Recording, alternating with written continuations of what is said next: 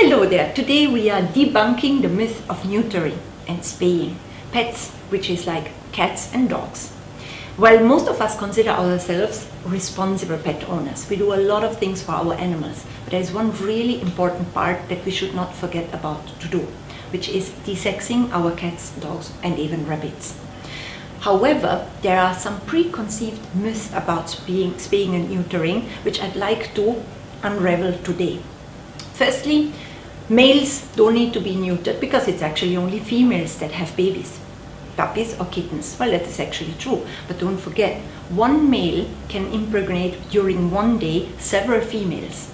As long as we are not paying alimony for the offspring of our uncastrated male cats or dogs, the most responsible thing is to have them neutered. Well, myth number 2 is our pets that are spayed or neutered will become fat. Well, thinking about that, are people who are fat necessarily spayed or neutered? Well, I don't think so. Being fat comes from under-exercising and overeating, as simple as that. So there's nothing to it about this myth. Myth number 3, it's better to let her, in this case we talk about females, have at least 1 litter.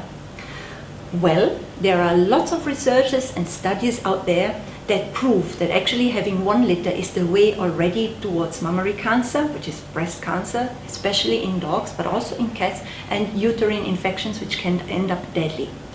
Myth number 4, it is wrong to interfere with nature. Well, it is even more wrong to euthanize unwanted animals that find no home, that are ending up sickly as strays on the street, or end up just in bad hands. So much for it is wrong to interfere with nature. We domesticated them thousands of years ago. We are responsible now with the problems that can be created with it. Myth number 5, neutering a male will cause urethral obstruction. Again, several researches and studies show this is not the case.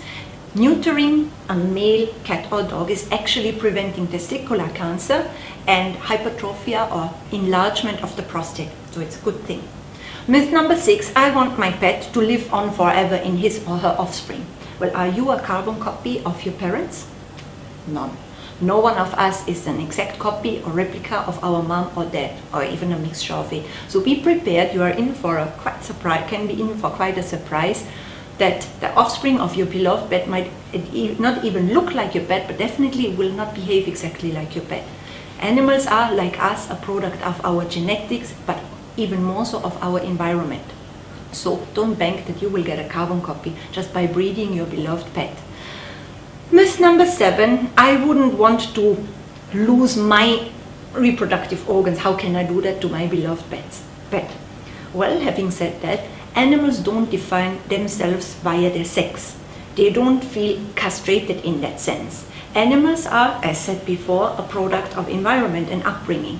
Your dog actually will become a better guard dog, especially if it's a male dog, if he is castrated, because he will not be easily distracted by any female dog that might be in heat at the same time. If a burglar is very smart, I would always go and burgle with a female in heat, because if it's a male dog, that's so easy to distract.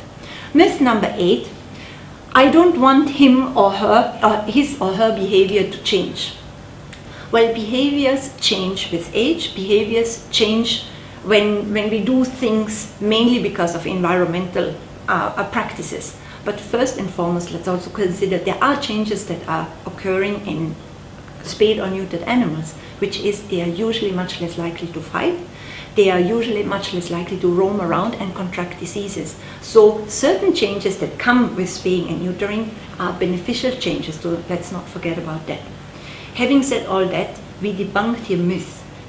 Basically speaking, you will do your pet a big favor by spaying and neutering. So right now, if you don't have a spayed or neutered animal, pick up the phone, call your vet and make that appointment. Bye.